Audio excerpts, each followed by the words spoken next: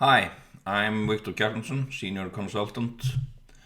Today I'm going to show you how to make a web project using the DevExtreme components from DevExpress, the programming language TypeScript from Microsoft, the React library from the Facebook team, and to pack it all together we will use Webpack. I will assume that you know Node.js and the Node Package Manager, and these are the versions I will be using today. I also assume that you know TypeScript, React, and Webpack. If you don't know these things, I recommend many good videos that are on the net today. First we need to create our directory and directory structure, and then install the necessary modules. We will call our directory DevEx, and in the DevEx directory we need to have a distribution directory, and we need source directory. In the source directory we will make a directory called components.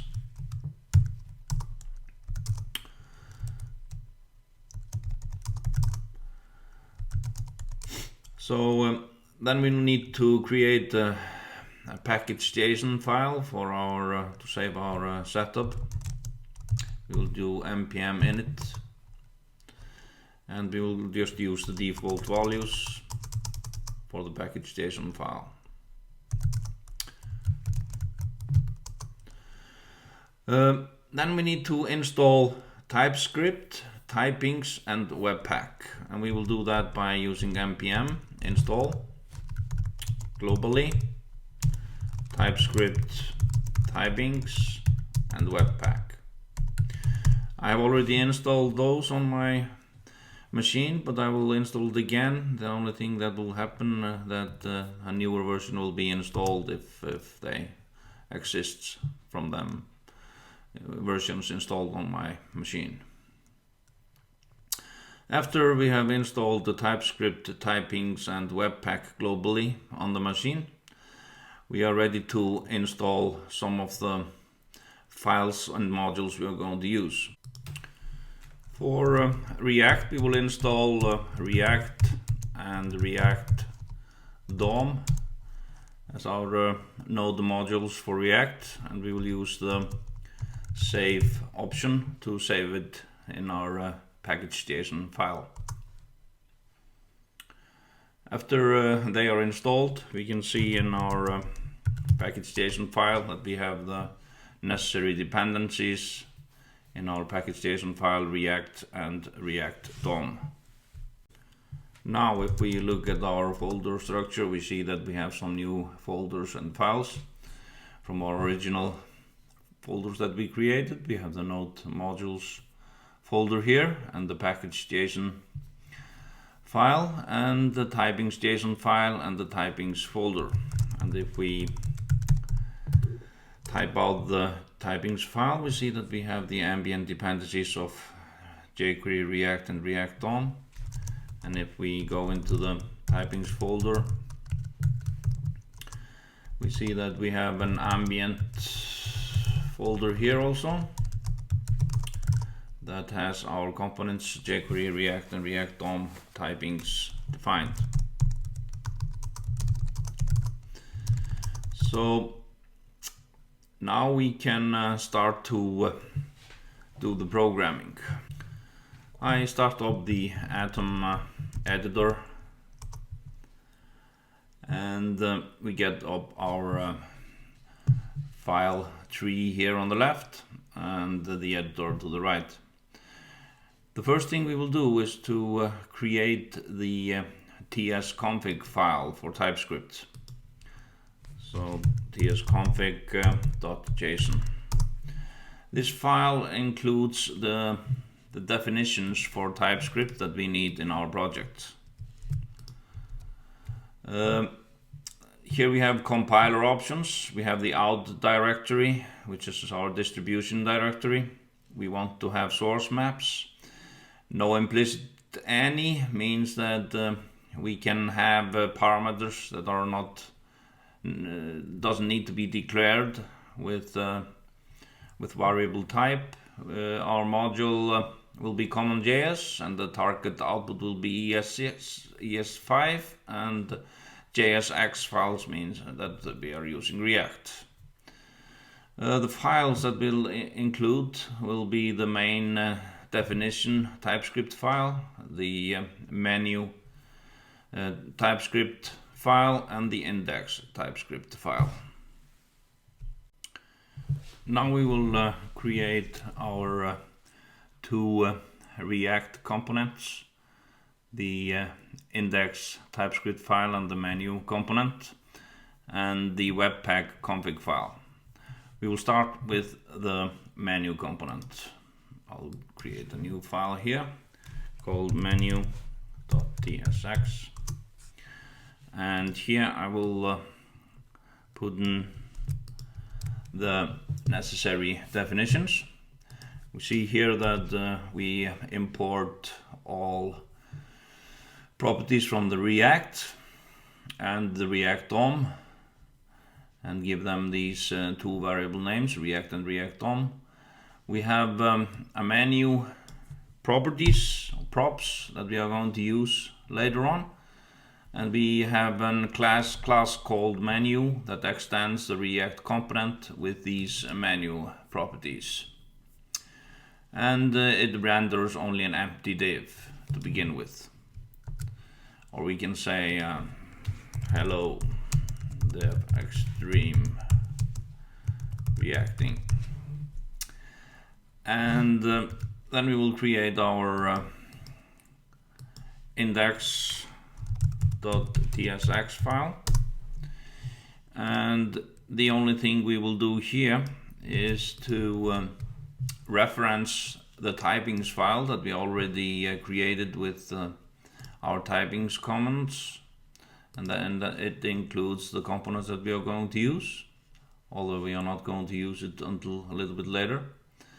And the same, we import the React and React DOM definitions. We will import the menu component, and then we will render out the menu component to an element in our HTML document called content.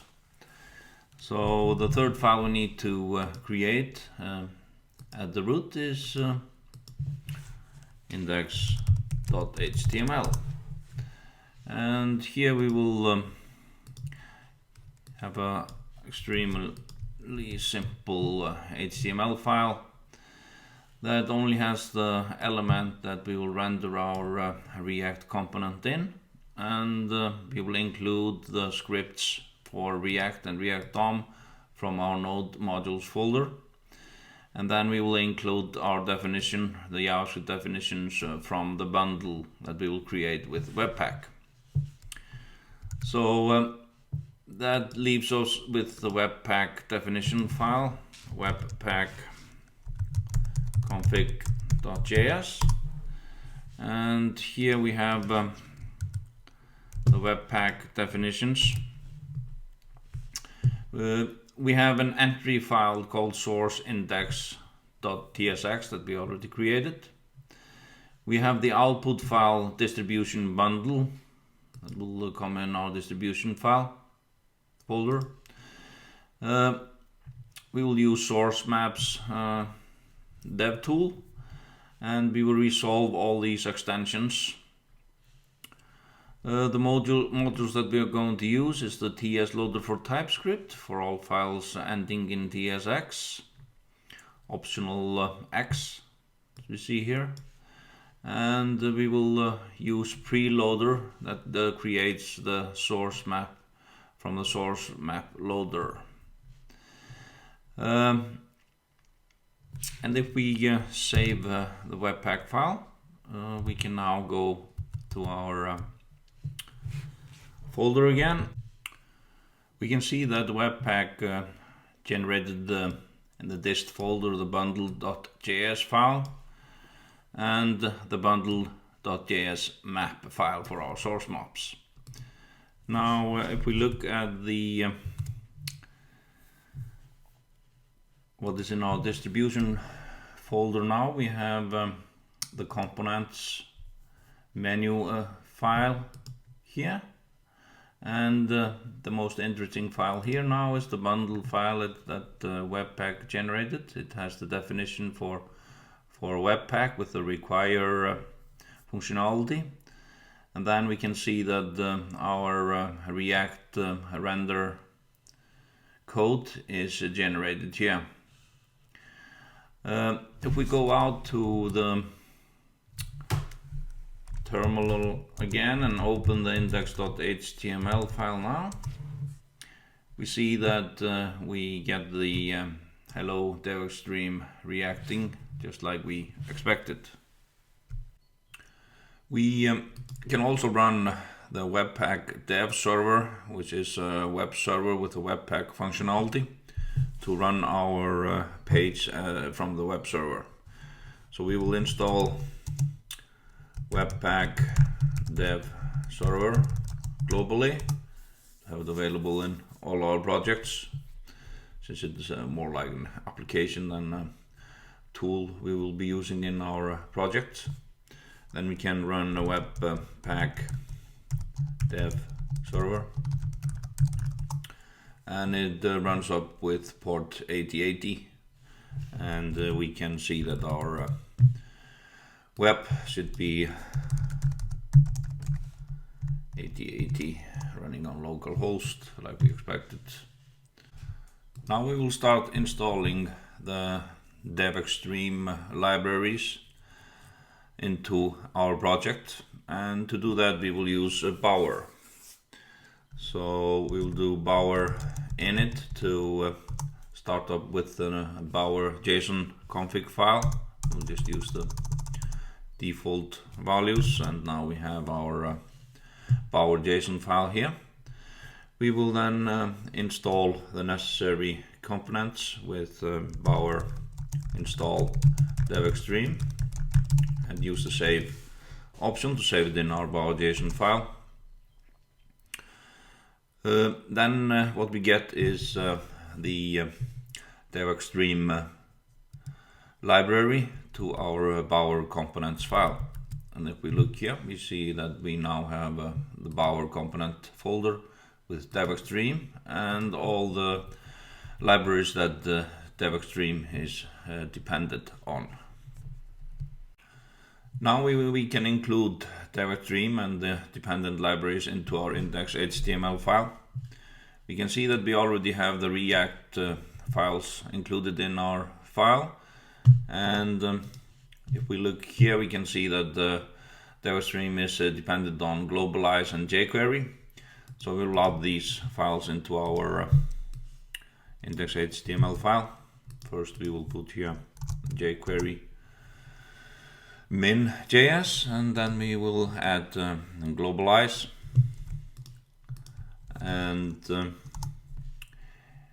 in the end we will load the 3 JavaScript libraries for DevExtreme that we need in this demo,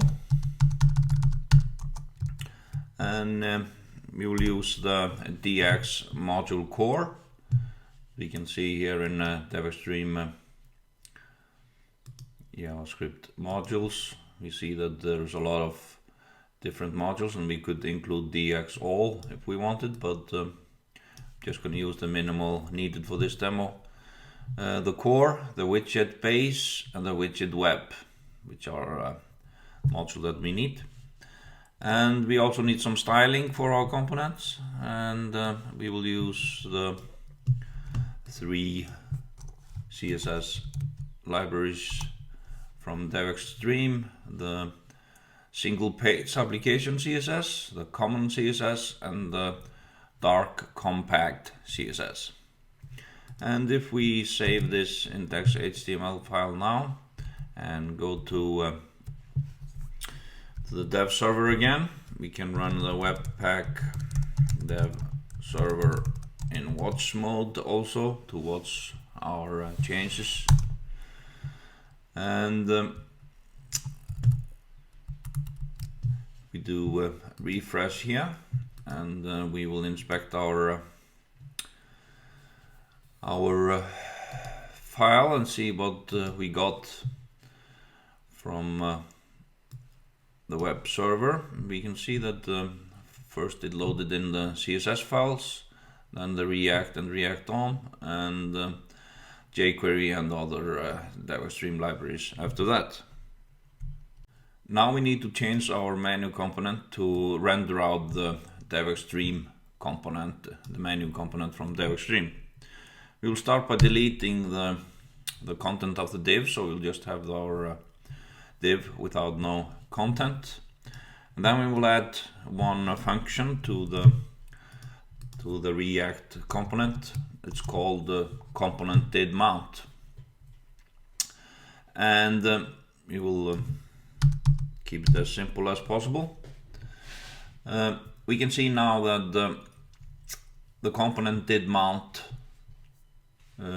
function, it finds the DOM node of this component, which is this div here, and it calls the DX menu component with the parameters that is needed.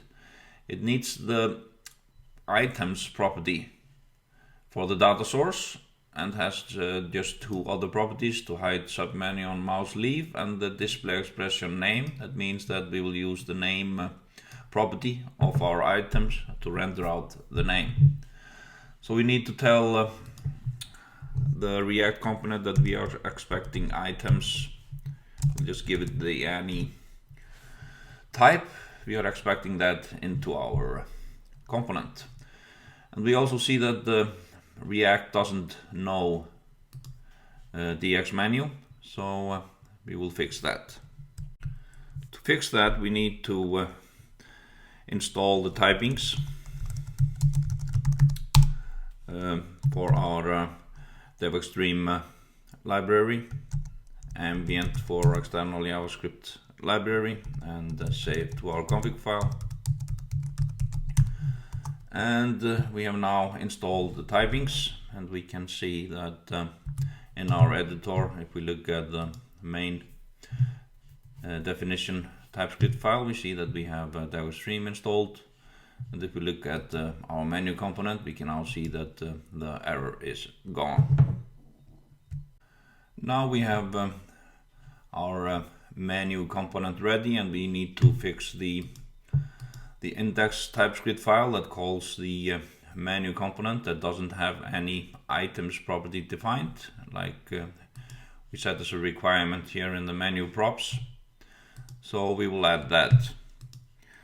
To send and property to a component, we specify the parameter, and then we will put in curly brackets the parameter that we are going to send.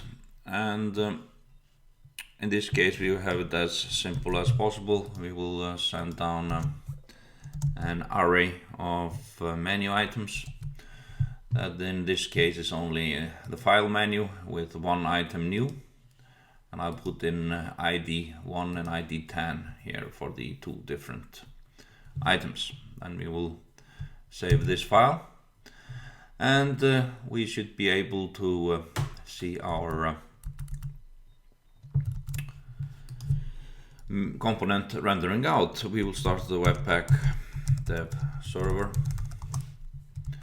and we will go to our file. We will do refresh, and we now see here up in the left corner, we can zoom in a little bit.